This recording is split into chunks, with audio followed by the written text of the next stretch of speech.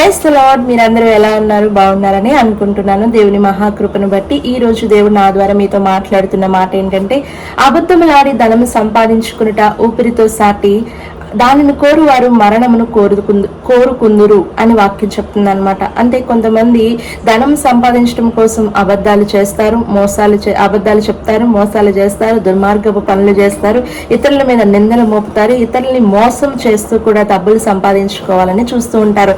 అలాంటి వారంట, ఊపిరి అంటే ఏంటంటే మన ప్రాణము, అలాంటి వారంట తమ ప్రాణంతో వాళ్లే చెలగాటం ఆడుతున్నారంట. తుదికి అది మరణమునకు దారితీస్తుందని లేఖనం చెప్తుంది. నిజమే, వాక్యం చెప్తుంది, యెహోవా ఆశీర్వాదము వలన ఐశ్వర్యం వస్తుంది, నరుల కష్టం చేత అది ఎక్కువ కాదు అని వాక్యం చెప్తుంది అనమాట. ఒక వ్యక్తి ఆశీర్వదించబడాలి అంటే, ఐశ్వర్యవంతుడు అవ్వాలంటే దేవుని కృప ఉంటేనే అవుతుంది అని లేఖనం చెప్తుంది. ఇంకా వాక్యం ఏమంటుందంటే, యెహోవా తాను ప్రేమించిన వారిని దేవుడు ఆస్తికర్తలుగా చేస్తాడని కూడా వాక్యం చెప్తుంది.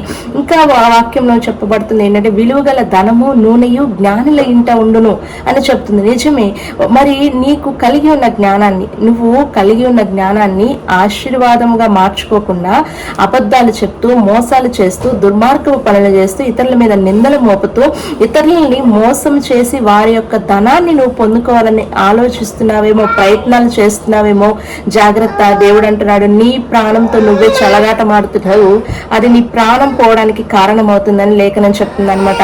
ఇంకా అనుకుంటాము, మనం కష్టపడి మనం సంపాదించేసి ఏదో చేసేద్దాం అని అనుకుంటాము, కానీ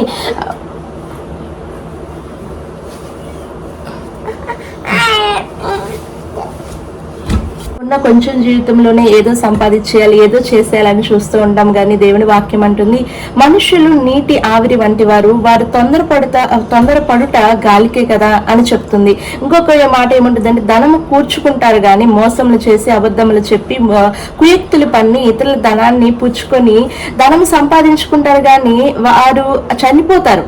అది ఎవరికి చేజుక్కుతుంది?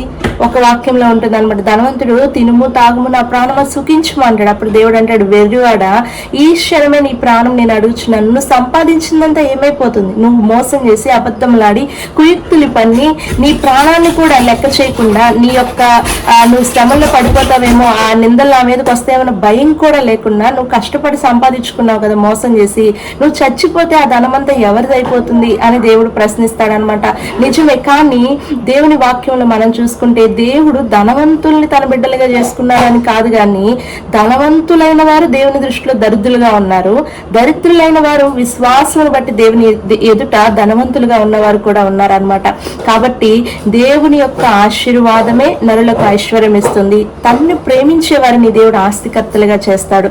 అయితే ఆ యొక్క నీ యొక్క వ్యక్తిత్వము, అలాగే నీ యొక్క కష్టపడే తత్వము, నీ శ్రద్ధ అన్నిటినీ కూడా దేవుడు అంచనా వేసుకొని, నీ కష్టాన్ని దేవుడు ఆశీర్వదించినప్పుడు మాత్రమే నువ్వు ఐశ్వర్యవంతుడిగా మారుతావు. ఇంకా చెప్పాలి అంటే, నీ భక్తి, నీ యొక్క పద్ధతులు దేవుడికి నచ్చితే దేవుడు నిన్ను ఆస్తిమంతుడిగా చేస్తాడు, ఆస్తికర్తగా చేస్తాడు అనమాట. అంతేగాని అబద్ధములాడి మోసం చేసి కుయుక్తులు పని నువ్వు డబ్బు సంపాదిస్తే మాత్రం నీ ప్రాణానికి అది ముప్పు తెస్తుందని దేవుని వాక్యం సెలవిస్తుంది. కాబట్టి దేవుని దృష్టికి మంచి వారముగా మనం కనపడి, దేవుడి సహాయాన్ని పొందుకొని, ఆయన కృప చేత మనము ఆశీర్వదింపబడి ఐశ్వర్యవంతులుగా అవుదుముగాక.